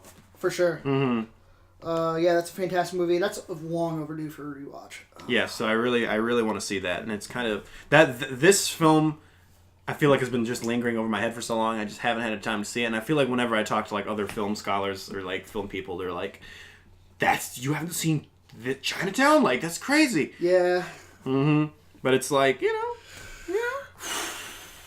My number 4 is it's a jazz singer. Oh. Being a big fan of musicals, I shouldn't have missed this. This film ended the silent era, being the first talkie. It's talked about so much in Singing in the Rain, and I feel like I should have followed that up as a double feature. Right. I mean, it's like a partial talkie because it's like only that like one scene, right? It's like, you haven't heard nothing yet. Like, isn't that the only talking scene in that movie, though? Yeah, but that was a huge deal, yeah. Yeah. I mean, it was huge. But yeah, and then people wanted more of it or whatever. I actually don't know if that's the only talkie moment. I'm going to be honest with you. I heard it was, but I could be wrong. Be wrong. If you know anything about me, you know I like to go into movies, like, completely blind. I mean, I know, like, the big... I was thinking about the jazz singer, actually, when you were talking about one of your honorable mentions. It just popped in my head, so... Yeah, I can't even remember which one, but I had the same thing came up to me too. Anyway, so yeah, jazz singing is great. You know how I said like my top 5, like I've seen most of the film, like I've seen all the film, like almost, just not all the way through, sort of thing. This is not one of those films. I have no idea what this is about, but Double Indemnity. Oh, okay. Is like it is the noir film. It's classic. It's like the noir film. Classic that I haven't seen. Yes. I looked up, because I'm a huge fan of noir, and I looked up, like, I was on noirfilms.com or some website, and it definitively ranked which is the best noir film. And they had a checklist of all the noir tropes. Yep. You know, all the things that are needed in a noir. And Double Indemnity was the only one that checked every single one. Really? Yeah, and Double Indemnity was their top. It has like everything from the classic femme fatale to the classic cinematography, classic this, classic that. It's like, this is the noir film to end all noir films. So, yeah. And it's on Blu-ray at Walmart, and I really want to get it. Oh, really? So if I win this, Oscar. Oh, okay. thing. So okay? Yeah. All right. Yeah. That's exciting to hear that. Actually, Yeah. you guys have no clue what's in store. Yes. It'll be fun though. That'll be a fun episode, I think. That's gonna be real fun. So, I do really want to see that movie as well. But guess what? Speaking of noir, and speaking of my favorite website, They Shoot Pictures. They have a 1,000 noir film list. Oh, there you go. Yeah, so There you go. they're just the best website. There you go. And it's a big passion project too. It's like just another film viewer who just loves movies. He just compiles the list together. Sweet. So, dude, you gotta support it, man. There you go. Check it out. I will. Number 3. This is the number 4 best movie of all time on the list. The Rules of the Game. It's Jean Renoir's satirical drama. It invented cinematic techniques, being a social satire with affairs left and right. It's the most expensive French film at the time, featuring an ensemble cast. The film was banned for having a bad influence over the young. I guess people just didn't understand what satire was back then. Right. But it's number 4 on the list. So I definitely want to check it out. Okay. My next film I've basically seen, but I haven't seen, and that's Lawrence of Arabia. Wow. Yeah. Wow. Yeah. Amazing. Yeah. That's what Laurence Olivier, what can you say, dude? David Lean, fantastic. Dang it. Peter O'Toole. Peter O'Toole, yep. I mean, yeah, dude. It's a classic. It's an all-time classic. Yeah. It's just, I've seen so many clips from it, and then it's kind of hard for me to get a time for like 3 hours out of my day to be like, hey. No, I feel you. You know? Me and Brian had to make a day for Once Upon a Time in America. Because the movie's 4 hours long, and we did use the intermission to actually like leave and get food and stuff like that. Yeah, for sure. Because 4 hours is a long time. That's a long time, dude. Yeah. Same thing with It's a Mad, Mad, Mad, Mad World. They have an intermission. Oh yeah. And it's I'll have to watch that movie. It's such a good movie, dude. It's one of my favorite comedies of all time. Okay, it's good to hear. Mm-hmm. So, Lawrence of Arabia, yeah, it's just one of those things, dude. Number 2 is actually, this is going to surprise you. It's 2 films. Okay. The first one is not as much Heat. Okay. But definitely the other one is like, wow, you're gonna be like, how? Okay. It's with you. Okay. Scarface. You son of a bitch. Being such a big fan of gangster films, it just feels weird not seeing one of the most exciting action-packed variants he's pretty much the James Cagney of the 70s and 80s. Yeah. Al Pacino. So it just feels super it's De weird. Palma. It's De Palma, It's De baby. Palma, and it's like one of the biggest gangster films. And you know me, I love gangster films. I just haven't seen it. I've seen Scarface and the original Scarface. Really? Yeah. A lot of people don't know that the Al Pacino, Brian De Palma Scarface is a remake. A lot of people don't know that. Of course I knew that. Right. Yeah. But a lot of people don't know that. They're like, Scarface, like, that's so... I'm like, have you seen the... It always blows people's minds when I'm like, have you seen the original, though? They're like, what? Yeah. It's a remake? And I'm like, yes, it's a remake. Same thing with, like, Mr. Deeds Goes to Washington, which is an amazing film. Yeah. And it's like, Mr. Deeds sucked, the remake. That shit was garbage, dude. That's funny. That shit was garbage. People are like... But because of nostalgia, people liked it when they were kids, so obviously it's a good film now, right? Yeah. And then people are like, oh, but I love Mr. Deeds. And I'm like, whoa, damn. Someone got a new car over here. I guess so. So anyway... But people are like, sorry, I was going to be like, people are like, I love Mr. Deeds. It's such a good... I'm like, have you seen the original? They're like, what? What? I'm like, the original puts the remake to shame. The remake doesn't even hold a candle to it. And I mean that, like... in every sense of the word. Yeah. You know what's the weirdest remake to me of all time? The Nutty Professor. Because the original is it's like a horror movie almost. Yeah. With, what the hell's his name? Don't tell me. Don't tell me. Why can't I fucking... Oh my god, dude. He's like... Lewis. Lewis. What's his name? Lewis. Are you talking about the original? Yeah, Lewis' his name. What's his fucking name? I honestly don't know. I know this. God! It's fucking killing me, dude. But it's just like such a weird... it completely changed the film. Yeah. So just... I don't know. I can't believe that I'm freaking blanking on this dude's name, dude. Oh, by the way, I meant Mr. Deeds Goes to Town, not Mr. Well, I think there's another one, a sequel to it. Oh, is there? I think so. Oh, did I just blow your... No. No, because Mr. Deeds... Because I was talking about Mr. Deeds, the original, and I said Mr. Deeds Goes to Washington, but I got Mr. Smith Goes to Washington mixed up. It's actually Mr. Deeds Goes to Town, what I think is the original. Yeah, that is what the original is. But I thought there was a sequel to it. Is there? Let me look it up. Do it.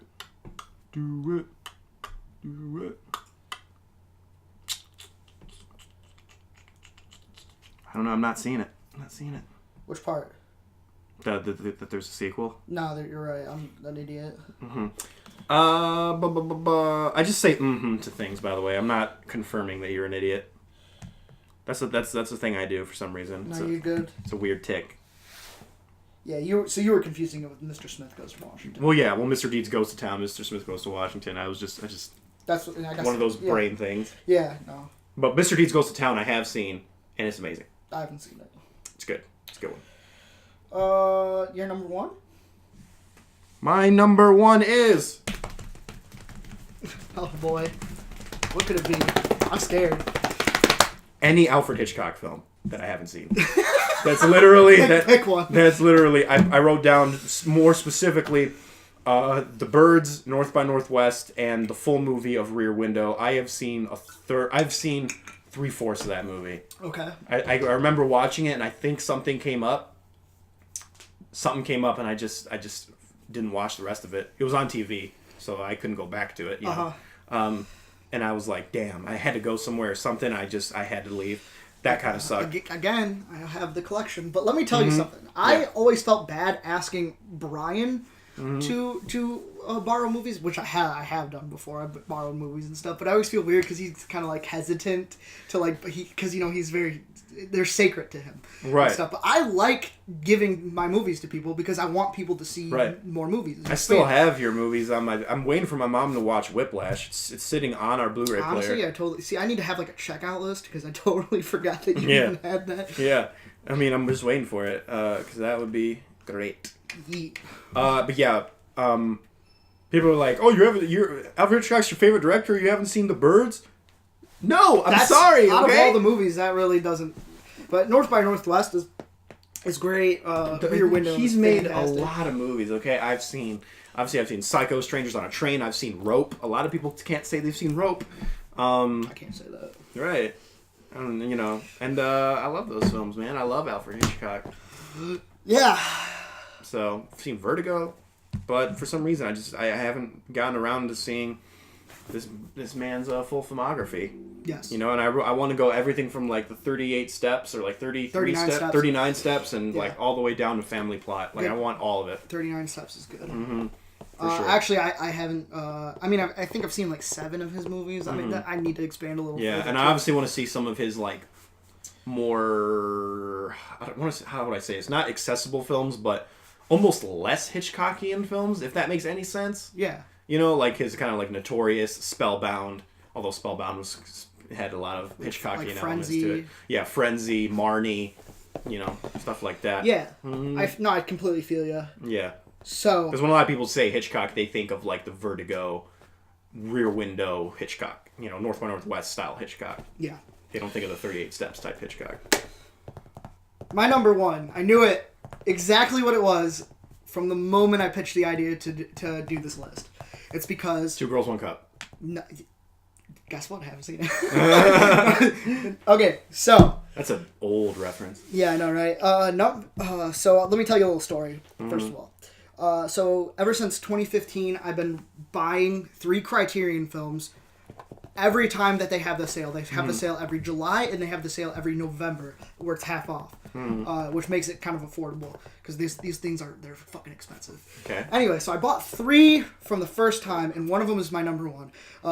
I always buy 1 movie that I've seen and 2 movies that I haven't, just because I want to expand a little further. Okay. So I bought Anatomy of a Murder, which I had seen at the time. Yeah. Fantastic film. Yes. I bought Mulholland Drive because I love David Lynch, and I watched the movie and I loved it. Yeah. And I also bought Seven Samurai, and I still have not seen it. Damn. And I feel terrible about it. You want to hear something crazy too? Yeah, I haven't seen it either. Yeah, I know. Yeah, I've seen Magnificent Seven though.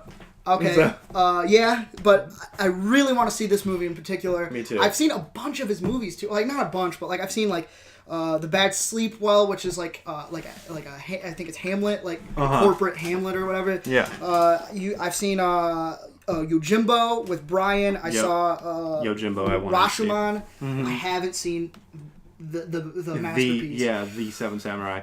No, I got you, man. I got you. And I have no excuse. That's the most upsetting part, is because it's been sitting there for 3 years. Yeah. Did you see Cinefix's video about the staging and blocking? Yeah, the staging and blocking. But it was with God, what film was it? Hold on. If it's a movie I haven't seen, then no, I haven't seen it. Let me see.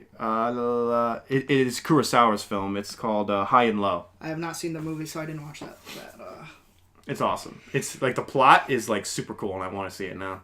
Is that the one where it's like a corporate, or like he gets a call saying that your kid has been kidnapped? Yeah, your kid's been kidnapped. Yeah, but it turns out to be his like the janitor there or whatever's kid's been kidnapped. Yeah, I really want to see that movie. Yes, that's such a cool premise. Yes, but don't watch because it does spoil the ending. Cinefix's video. That's why I avoided it. I knew it. I was smart. So, but it still looks good. Yeah, that's crazy. Yes. So that's our list. That is our list. It's my turn. My turn next time. Yeah. You can give it a little thought. Oh, I already know what it's gonna be. Okay, look at you. Yeah. Should I just announce it? Yeah, do it. So I can think about it right now while we're doing the podcast. I can think about my list. Yeah, the next Sunday is not. Okay, no, it's okay. I was just checking to see if it was the interview day, but it wasn't. It is top 5 most hated cliches. Okay. Yeah. I can work with that. I got a lot, dude. I got so many. So, Okay. I say that now until I go and write a list, and then I'm like, Dude, I'm gonna hate you when I start writing this list. Dude, why'd you pick this? This is awful. It's like, now it's just like going through really bad things. Yeah, dude, I hate dude. talking shit about movies. I know. But it's like, I'm not trying to be negative or anything, but yeah. But, speaking of negative, let's go into recently seen. So, negative is in like you didn't like the movies that you watched? No, but... I saw the list of movies that you watched. Yes. And part of me was like, why did he even watch this? Yes, well, I'll tell you. Oh, well, first off, let's just start with one that's just like quick. I watched The Meg with some friends just because we wanted to... Same thing with like Event Horizon sort of situation. Yep. It wasn't as fun to watch as Event Horizon. The Meg is not a good movie. In my personal opinion, I don't think it's that great. Okay. But you know what's really funny about this film? Ruby Rose is in it, first of all. Her hair is always wet.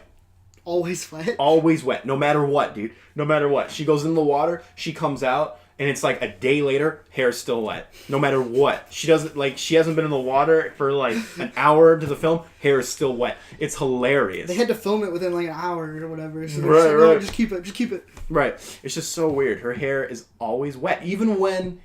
Like, everyone gets knocked overboard, right? Like, and then it cuts to, like, they all, like, rescue themselves, whatever. It cuts to, like, 4 hours later. Everyone's dry, but her hair is still wet. I'm like, what is... Why do you pay attention to the weirdest stuff? I didn't even notice it. My friend brought it up, and I'm like, holy crap. And then I noticed it after he brought it up. See, that seems like a Niko comment. It wasn't. It wasn't. I didn't even really, like, think of it, but then my friend brought it up. He's like, why is her hair always wet? And then, like... And it just became like a running joke. You just hang out with, you associate with other Niko-esque people. Yeah, that's right. That's right. Okay, I got a quick one. Yeah. If you don't go mind. ahead. Not a great film. I'd probably give it like a 2 out of 5. Okay. I saw Life, that generic alien film with Jake Gyllenhaal and Ryan Reynolds. Yeah. One unique trait, though, I do have to mention is like it applies like scenarios that allow the characters to carefully weigh which life is worth saving over another. Mm-hmm. Like a life for a life is equivalent exchange, a life versus 6 lives versus the human race.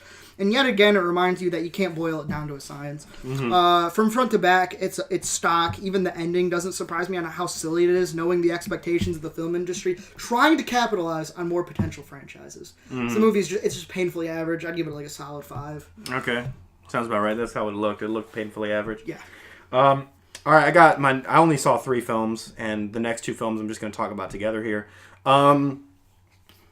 Okay, so Netflix and Hulu released twin films about the Fire Festival, which is, for those of you who don't know, it was a giant festival party that was supposed to be like the biggest thing ever, but it turns out that the guy who freaking ran it, I can't believe I'm just spacing on his name right now. Hold on, let me just look this up just so I can. It was Billy something. I just gotta say, it's really fun. I found it really funny that you watched this movie. Yeah, well, I'll tell you in a second. Hold on. What the fuck is his name? My gosh. But Soulja Boy was a part of it, and Billy McFarland. Let's go, Soulja Boy. Not Soulja Boy. Sorry, Ja Rule. I was about to say, cop that new Soulja Boy console. It's okay, JonTron. No, this was not Soulja Boy. Sorry, it was Ja Rule, which honestly put him in the same camp at this point. It was a festival that was supposed to have all like the who's who was supposed to be there. It was supposed to be like this luxury festival, and they tried to do it in such a short amount of time to promote this Fire app and to promote the Fire Festival. And Billy McFarland basically shit the bed and defrauded people out of millions of dollars. He defrauded investors out of like hundreds of thousands of dollars. He is currently serving 6 years in prison for wire fraud, and he is an awful person, basically. Do one party? Just to do one party. You know, he scammed these people, dude, out of thousands of dollars. Now, you might be thinking, why did I watch this? I didn't want to watch it because, as you know, festival culture is ridiculous to me. I think festival culture is stupid as hell. And this documentary kind of only proves my point. It's hilarious to me how these people would shell out this much money to go see people that just play a show and to just like do drugs and like fucking like jump around. It's ridiculous to me. I don't get it personally, right? But here's the thing that interested me.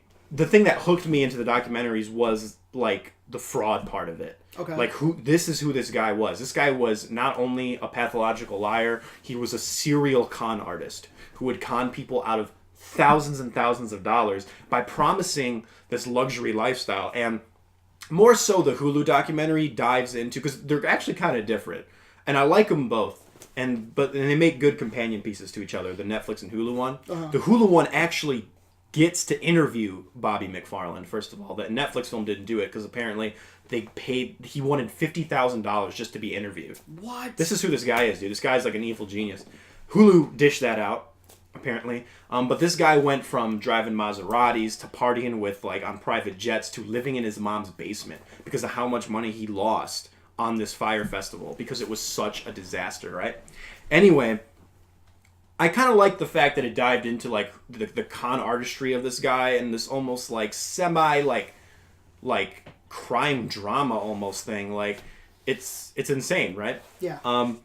And then the Hulu documentary does something too, and it dives into more so about the mentality of American society. This fake Instagram lifestyle FOMO mentality about how dangerous social media and especially like Instagram and this culture is. And it dives into the influence of influencers, which to me is just a joke. Like if you're being influenced by anyone on social media, if you're influenced by Kylie Jenner, you need to get help. You're weak. You're weak. Like that's ridiculous. But that's what it was, dude. People shelled out thousands and thousands of dollars simply because of this lifestyle video. Like this crazy lifestyle video that they made. They basically went to the Bahamas to make like this Instagram FOMO, look at this, like private jets and like models and all this type of like, you know those type of videos. You've seen them on Twitter. Like sure. They're everywhere now. And I got into a huge argument with this girl based on that because I'm like, these videos are ridiculous. And then I kind of stepped back on my view of it because she had some good points. But after watching these documentaries, I'm like, no, I'm standing firm in my belief that these videos are harmful. This one single video literally scammed people, made people lose millions and millions of dollars. And because this festival was such a disaster, the Bohemians, dude, they worked 24-hour days and were never paid. There was one woman who was supposed to cater the festival. She emptied out her $50,000 in savings and she never got it back.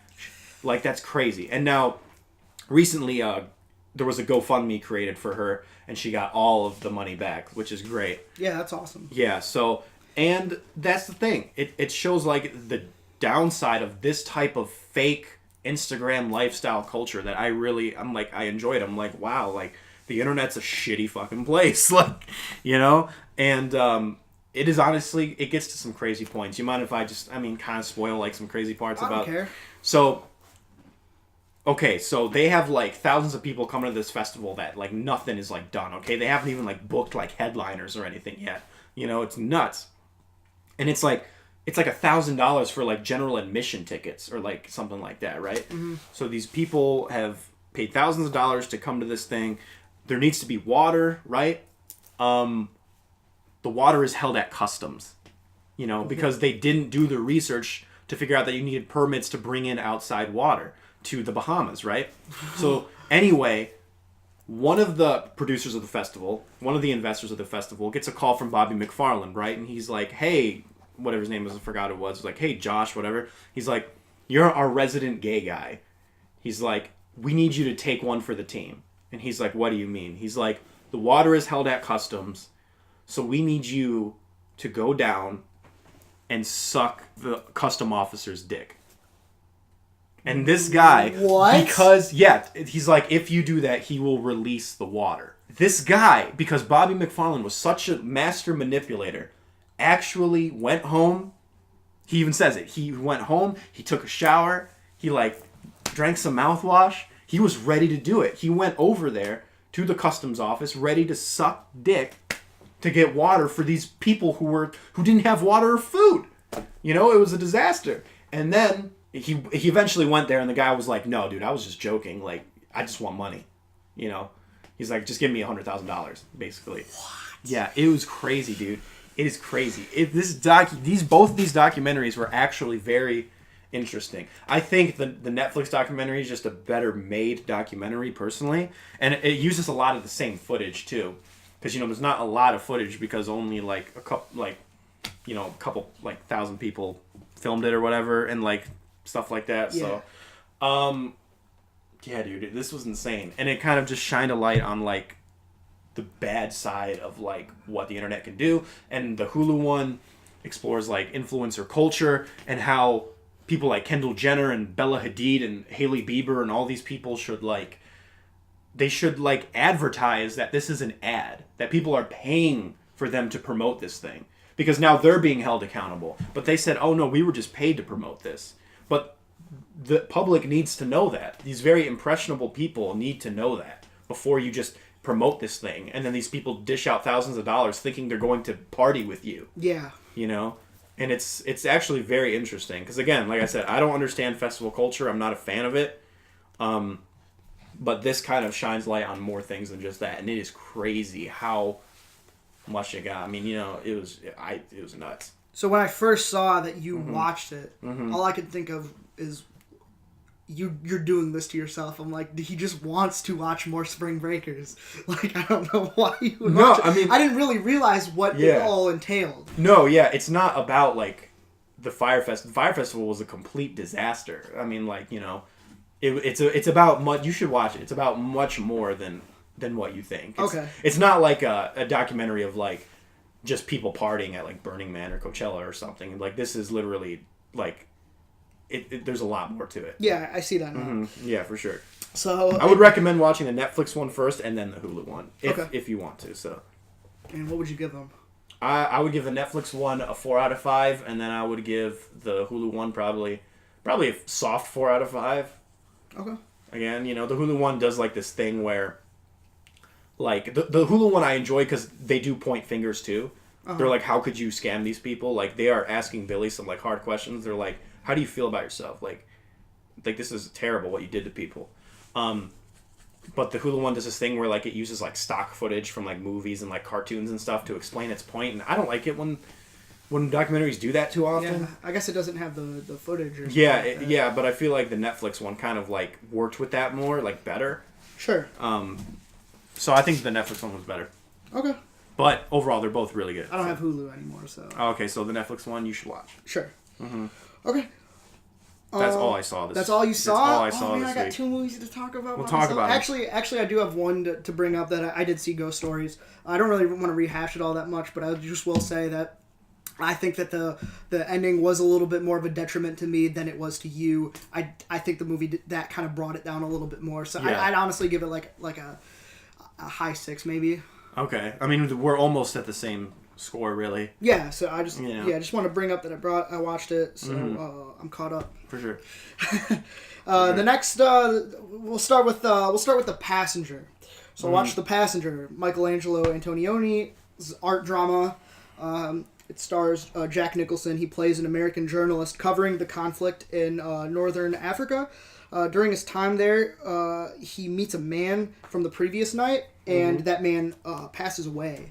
Damn. And Nicholson assumes his identity and starts living as that man. That's the premise of it. Interesting. This film follows a lot of the same guidelines Antonioni did in Blow Up. First of all, the flow could be described as like roaming. The premise is introduced early on, but there's enough freedom there that no end goal to the premise, which allows the character to just exist. And it's not really anchored down by too much. You just kind of you just watch characters be people. Yeah. So it's kind of, I always thought that was kind of cool. Second, the dialogue is like, it's philosophical and pandering, which becomes a reflection of its structure. Third, it can be perceived as incredibly unfulfilling to some viewers.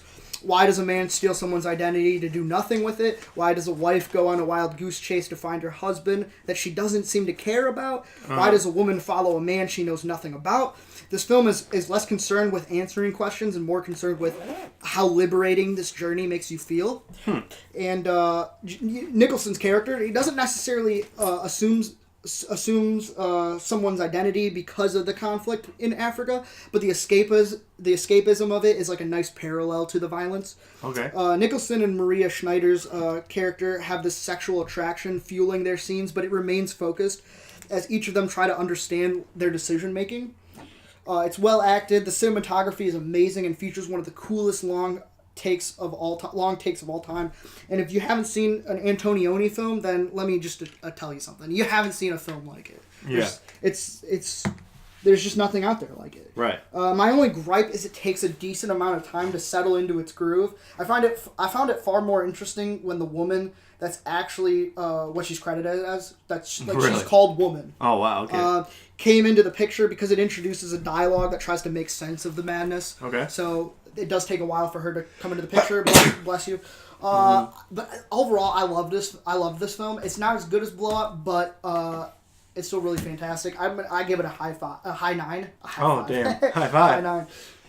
Bless you, dude. Thank you. Ooh, that weather, dude, is killing you. I know. Killing me too. But listen. Guess what I watched next? What'd you watch? Ready next? for this? I watched If Beale Street Could Talk. Oh, really? I did see it. How was it? Let me get into it. Yeah. The new Barry Jenkins romantic drama. What is going on I don't with know, you? dude. I don't know. There's two. Usually it's dusty for me. For me, it's like two, and then I'm done. I never do more than 2. Yeah. It's about a couple, Tish and Fonnie, and Tish's recollection of the blossomed love between the two. Tish is about to be a mother, and Fonnie is in prison. Mm-hmm. In non-linear fashion, we get to see how this came to be. Okay. I saw this with a friend, and he said Moonlight was a more artistic film. This was his way of telling why he thought Moonlight was a better movie. Mm-hmm. I agree and disagree with him. I do think Moonlight is superior, but I think Beale Street is a more artistic film, personally. Okay. Moonlight was a streamlined 3-act structure, holding on to the same characters, and utilized their impact on the story the whole way through.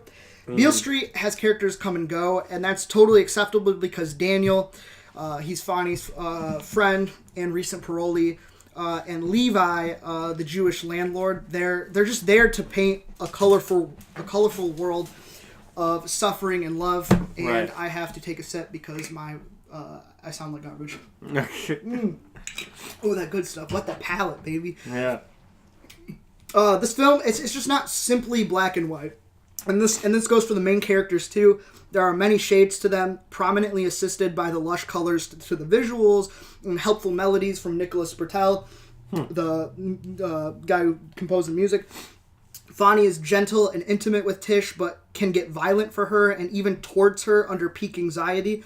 It isn't setting out to make him likable, just realistic. Okay. And that's something that I appreciate. There's something I didn't love about it at first, and that's why I'm really glad that I got to have this film marinate with me a little bit, so I could think about it. And I ended up those things that I didn't like about it kind of turned into a positive over time. Okay. There's a couple slip-ups with the writing. Having characters come and go for the most part works, but some characters should have been utilized a little bit more. Like Fonnie's mother talks against the relationship on a religious level and as a concerned parent.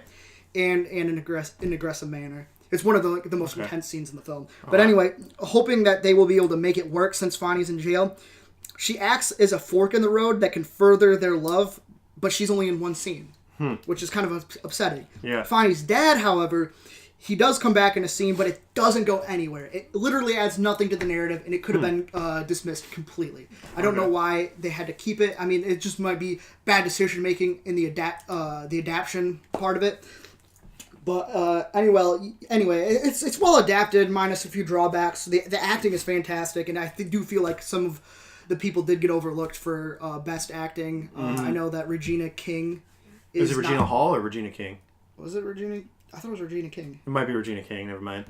Well, now that you mention it, I'm getting all boy. Oh no! Can I predict your score? So it's Regina King. Okay, Regina King. You can go for it. It's either going to be a late or a hate for you. A low 8 or a high 8. A late or a hate. The cinematography it's wonderful. It moves like a play. It has a sincere and hopeful scope that doesn't let the darkness conquer the light. And my overall score is a solid 9. Oh damn! I loved this film. Oh okay. It really did have to. it took a while for me to like really appreciate how much I loved it. Do you think it would be in your 2018 then? Oh yeah, it'd be in my top 10. Top Easy. 10. Okay, cool. I do think it's one of the best films last year, and it's unfortunate that it didn't get Best Picture. Yeah, well, which is strange. Yeah, dude, I haven't seen a lot either. I just I've been watching a lot of TV lately, actually. What you watch? I watched Series of Unfortunate Events, the 3rd season. They're already on season 3? Yes.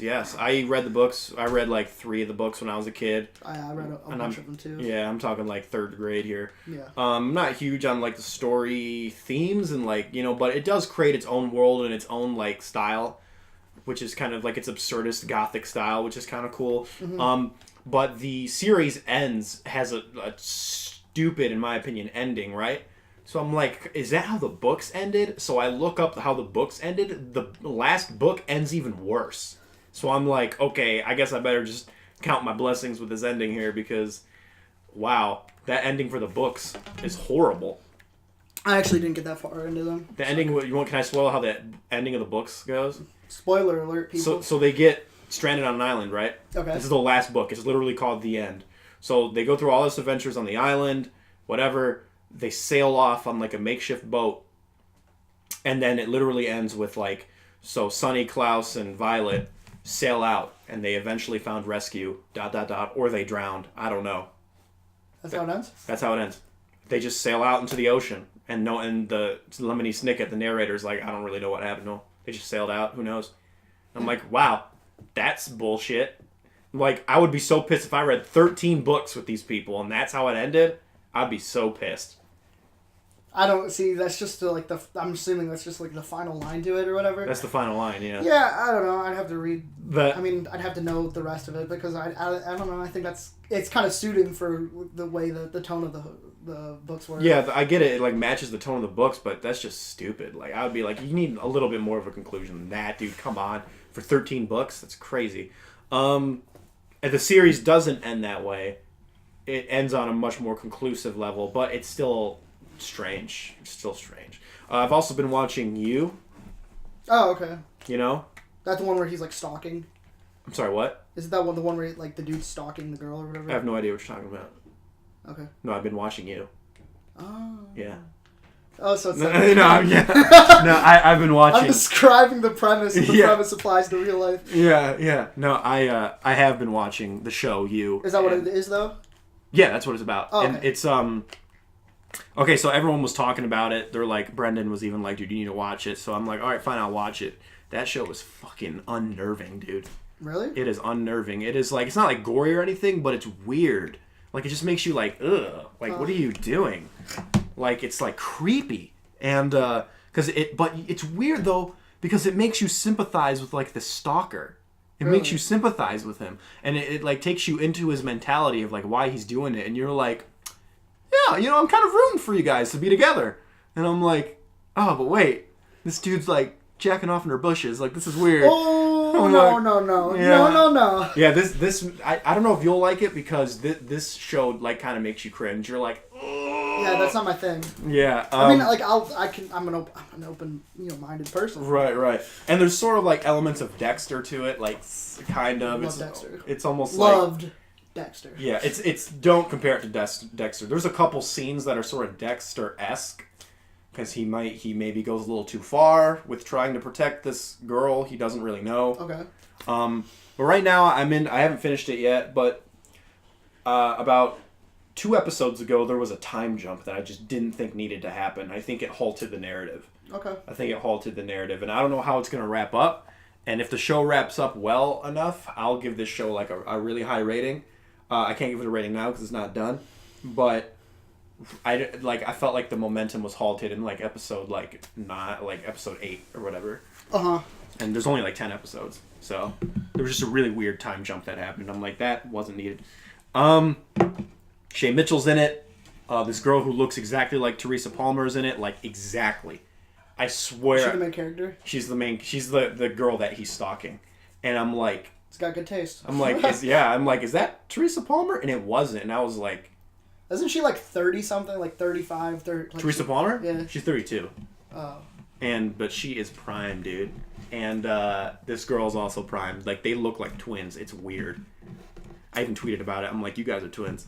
But yeah, dude, this main dude, he does a good job. It kind of falls into the whole, like, everyone needs to be pretty, you know, which is kind of annoying to me. Like, everyone is, like, pretty. Lame. But this guy is, like, he does a good job of making you think of how much of a weirdo he is, but you also sympathize with him. Is that guy, like, good looking?